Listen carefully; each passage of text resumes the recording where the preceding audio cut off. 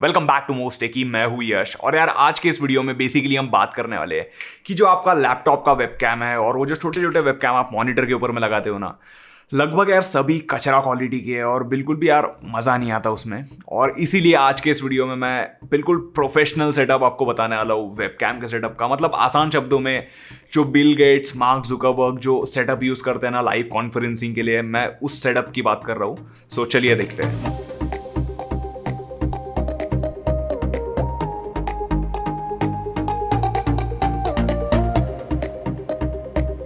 देखो सीधी सीधी बात है, अगर आपको क्वालिटी चाहिए ना तो उसके लिए थोड़ी सी तगड़ी चीज़ें यूज़ करनी पड़ती है, थोड़ा सा महंगा मसाला यूज़ करना पड़ता है। और इसीलिए इस बार यहाँ पे हम सोनी का A6400 यूज़ करने वाले हैं, जो बेसिकली एक मिररलेस कैमरा है। और हम इसे यूज़ ही इसलिए कर रहे हैं क्योंकि ये मिररलेस कैमरा है। और जितने भी यार मिररलेस कैमरा ले लो, DSLR ले लो, उसमें जो क्वालिटी रहती है ना, आउटपुट क्वालिटी बेसिकली, वो डेफिनेटली एक वेबकैम के मुकाबले अच्छी रहती है। और साथ ही साथ इस कैमरे के अंदर में कुछ और सही चीज़ें हैं, जैसे इसमें कंटिन्यूस फेस डिटेक्शन होता रहता है, उसी के साथ में फ्लिप आउट स्क्रीन भी है, और जो ऑटो फोकस है ना वो काफी ज्यादा तगड़ा लगा मुझे इसका। पर अगर आप बजट पे है ना तो मैं तो सीधा सीधा बोलूंगा कि सोनी का A6000 करके कैमरा आता है, उसमें एक्स्ट्रा फीचर्स तो नहीं रहेंगे ऊपर वाले, बट यार उसमें काम निकल जाएगा। क्योंकि मुझे ऐसा लगता है कि यार कैमरे से ज्यादा आप उसके साथ में लेंस कौन सी यूज करते हैं उससे बहुत ज्यादा फर्क पड़ता है। जैसे यहाँ पे हम यूज करने वाले हैं सिग्मा की 16mm, जो A6400 में भी लगेगी, A6000 में भी लग जाएगी, एंड लगभग जितने भी ई माउंट या फिर जो बाकी माउंट्स है उसमें लग जाती है। और ये लेंस मैं इसलिए यूज कर रहा हूँ क्योंकि इसमें f1.4 का अपर्चर देखने को मिलता है। और अपर्चर से मेरा मतलब जो सामने की ओपनिंग है ना वो बहुत ही वाइड रहती है, और उसी के कारण बहुत ही तगड़ा वाला आपको बैकग्राउंड ब्लर और एक काफी सही डेप्थ ऑफ फील्ड मिल जाती है पीछे में। और सीधी सीधी बात है, अगर बैकग्राउंड ब्लर हो रहा है ना तो एकदम प्रो वाली फीलिंग आ ही जाती है। अब इस कैमरे को ट्राइपॉड पे लगा के मैं इसे मेरे आई लेवल पे रख रहा हूँ, और उसके नीचे में मैं प्रॉपरली मेरा जो ये मॉनिटर है उसे भी एडजस्ट कर दूंगा। क्योंकि एक आधी बार कैसा कि अगर आप गेस्ट वगैरह से बात कर रहे हैं जूम कॉल में या कोई भी कॉन्फ्रेंस में, तो आपका आई कांटेक्ट भी प्रॉपर होते रहेगा। मतलब आप नीचे में गेस्ट को भी देख पाएंगे और उसी के साथ में ऊपर में आपका कैमरा भी चलता रहेगा। सो ये करने के बाद में फाइनली बारी आती है इस कैमरे को भाई कंप्यूटर से कैसे जोड़ना है। सो देखो इसका तरीका बहुत ही सिंपल सा है, बट दो तरीके हैं इसके। एक तो पहला वाला जो तरीका है वो थोड़ा सा महंगा है, और दूसरा वाला भाई जुगाड़ तो मैं आपको बताता ही हूँ हर बार। और जो पहला तरीका है उसमें हम बेसिकली एक कैप्चर कार्ड यूज करने वाले हैं एलगाटो की तरफ से।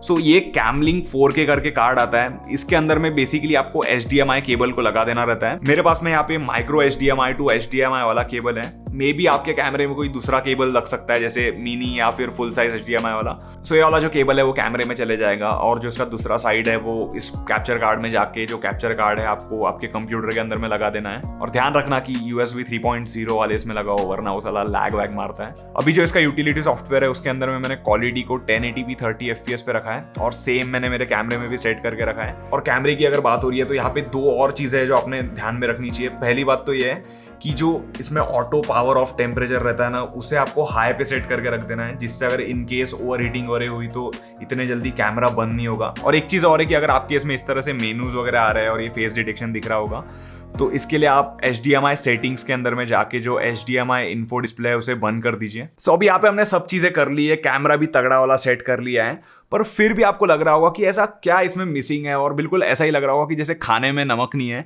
क्योंकि भाई दिक्कत यहाँ पे ये है कि यहाँ पे मैंने ये जो सीलिंग का लाइट है ना उसे चालू करके रखा है, और वो लिटरली इन्हें मेरे चेहरे के ऊपर में पूरी शैडो कास्ट कर रहा है, और बहुत ही अनइवन सा लाइट पड़ रहा है। और अभी आप ये जो मुझे देख रहे हैं उसमें आपको डिफरेंस महसूस हो रहा होगा, क्योंकि यहाँ पे मैं ये वाला गोडॉक्स का SL60 वाला लाइट आता है, जो कि एक स्टूडियो क्वालिटी लाइट है, उसे मैं यूज कर रहा हूँ, जिसके ऊपर में ये बहुत बड़ा सा सॉफ्ट बॉक्स भी मैंने लगा के रखा है। और इससे होता ये है कि चेहरे के ऊपर मैंने काफ़ी एक इवन सा और सॉफ्ट सा लाइट पड़ता है, और साथ ही साथ एक इस साइड में आप देख सकते हैं थोड़ी सी एक सिनेमैटिक सी शैडो भी कास्ट होती है एक साइड में, जो काफ़ी सही लुक देती है। और अगर आप चाहे तो वैसे लाइक और लाइट्स इसमें ऐड कर सकते हैं, जैसे एक फील लाइट लगा दीजिए जिससे पूरा चेहरा दोनों साइड से प्रॉपरली लाइट अप होगा, एंड लाइक हेयर लाइट भी आप यूज़ कर सकते हैं। और अभी इधर पीछे में मैं कुछ चीज़ें सेटअप कर रहा हूँ, मतलब ये जैसे मैंने थोड़ी फेरी वाली लाइटिंग लगा के रखी है जिससे काफ़ी एक सही इफेक्ट आता है।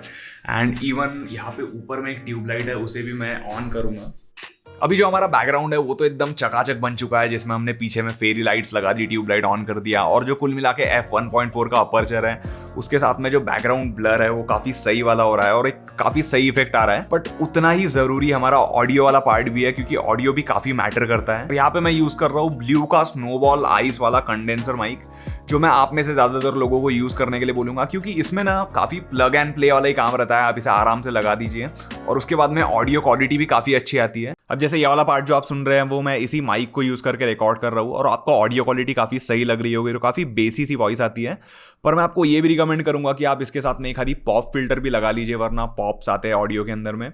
और उसी के साथ साथ जो ऑडियो लेवल है जैसे आपके ऑडियो सॉफ्टवेयर के अंदर में, उसे भी कम रखिए, क्योंकि ये माइक के साथ आपको मुंह के पास में रखना पड़ता है, तो उससे ऑडियो लेवल ज़्यादा रखने की गरज नहीं है। और लेवल्स कम रहने से होता ये है कि जो बैकग्राउंड नॉइज जितना भी रहता है ना वो ऑटोमेटिकली कम हो जाता है। पर यार कितना भी बोल लो, ये माइक जो है वो एक तरह से फ्रेम के अंदर में दिखते रहता है और कुछ लोगों को उससे दिक्कत नहीं होगी, क्योंकि ये थोड़ी पॉडकास्ट वाली और एक यूट्यूबर वाली वाइब देता है। बट स्टिल काफ़ी लोगों को एक क्लीन लुक पसंद रहता है। एंड इवन जो बड़े बड़े मार्क जुकरबर्ग, बिल गेट्स, उनके सेटअप काफ़ी क्लीन दिखते रहते हैं। एंड वो लोग तो भाई एक आधी लाइव माइक भी यूज़ नहीं करते हैं, क्योंकि वो लोग यूज़ करते हैं इस तरह का एक शॉटगन माइक। और यहाँ पे मैं यूज़ कर रहा हूँ रोड का माइक्रो। एंड इनफैक्ट मेरे वीडियोज़ बनाने के लिए भी मैं यही माइक प्रेफर करता हूँ, क्योंकि काफ़ी एक क्लीन लुक आता है और वो लाइव माइक का हैसल नहीं रहता। और इसे मैंने इस बूम स्टैंड के सहारे यहाँ पे लगा के रखा है और रोड का एक एक्सटेंडर लगा के डायरेक्टली कैमरे के अंदर में लगा दिया है।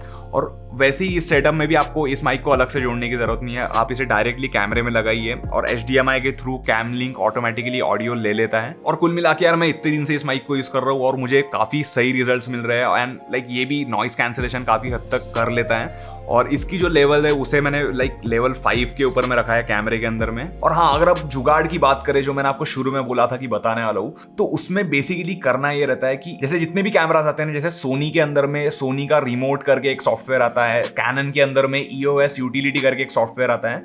और इन सॉफ्टवेयर्स के अंदर में आपका जो कैमरा है उसे आपको USB के थ्रू आपके PC के अंदर में जोड़ देना रहता है। और यहाँ पे USB के थ्रू जो उसका वीडियो आउटपुट है वो आपके PC के अंदर में शेयर हो जाता है। एंड देन फिर आप वो आपके जूम या फिर OBS के अंदर में उसे सिलेक्ट कर सकते हैं। पर यहाँ पे दिक्कत यही है कि USB रहने के कारण जो क्वालिटी है वो इतनी ज्यादा आपको देखने को नहीं मिलती वीडियो आउटपुट के अंदर में।